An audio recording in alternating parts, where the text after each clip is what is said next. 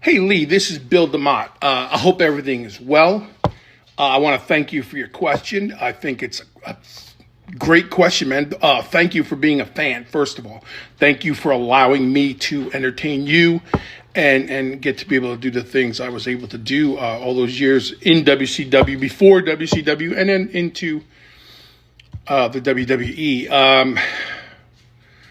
Some of my best and worst moments in WCW. I don't know if I ever had any worst moments, bad moments. I've had a lot of good ones.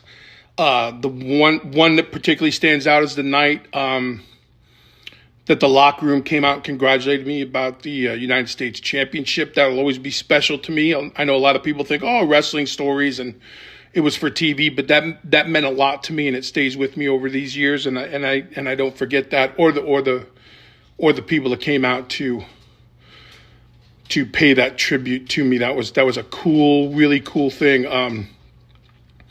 I think naturally one of the things I'm known for in my whole career of almost 30 years is being Goldberg's first match. So that's kind of cool that's a moment in my career. Worst moments? I don't know. I don't really think I have any worst moments. I'm sure just like everyone else, there's a couple moments that I wish that were better. But for the majority of my WCW run, it was okay.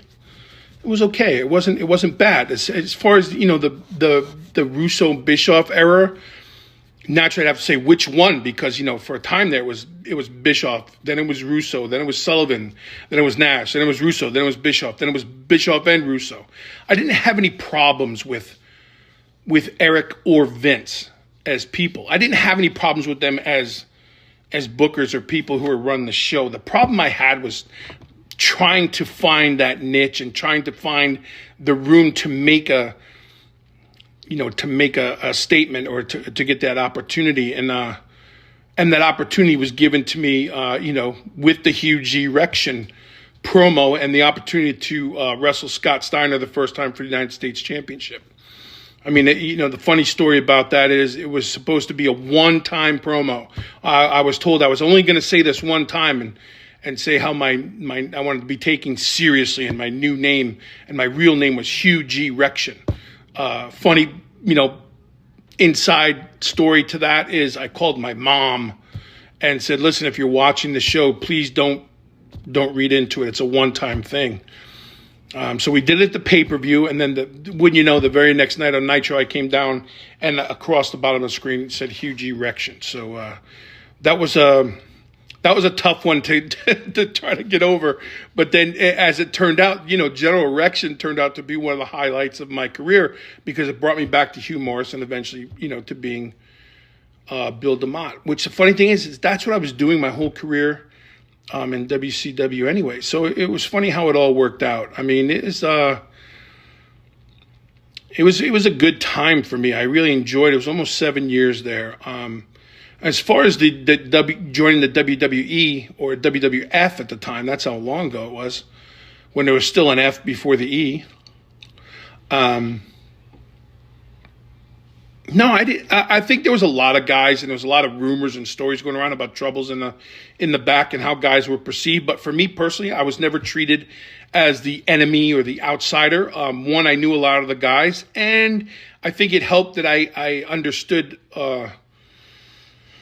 professionalism and how things were, and we were the new kids on the block and trying to make a name for ourselves now in a new company. And you had a whole bunch of talent that was there trying to do the same. So I think for a lot of people on the outside, a lot of fans and a lot of people who speculated, I'm sure there was a lot of stories.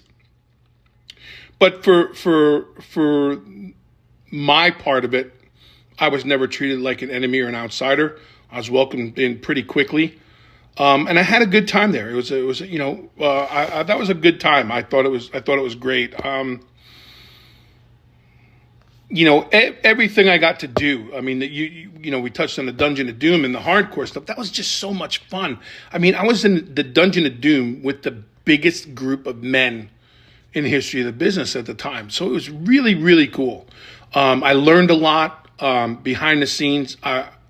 Kevin Sullivan was an intricate part in my wrestling knowledge and my wrestling IQ as I continued on in the business. I learned a lot from guys like Ming and Barb and One Man Gang and all those guys, and I got to run with the top dogs. So I had WCW was good for me, and WWE was good for me too. It opened up the door to reality TV and the Tough Enoughs and the things like that. But as always, with that little bit of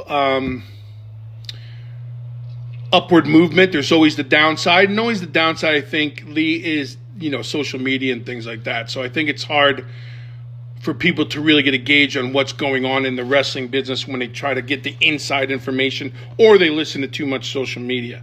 Thank goodness, even back then in the WCW, there wasn't a lot of social media going on. So people just tuned in and enjoyed the product, and that's what I still do now. I tune in. I try to watch everything. I'm still a fan of the business. When I get the opportunity, I still go out and teach seminars and do appearances when called upon. So, I had a great 28 plus years in a crazy industry. But I just wanted to answer your question and say, man, thank you. Thank you for being a fan. Thank you for the questions. Thank you for your outlook on things. And I appreciate your the way you ask the questions, and clearly you're a fan of the business. So, again, thanks for touching base, man. I hope all is well. I hope this finds you well. And again, thank you for checking in, and I'll see you down the road. Thanks, Lee.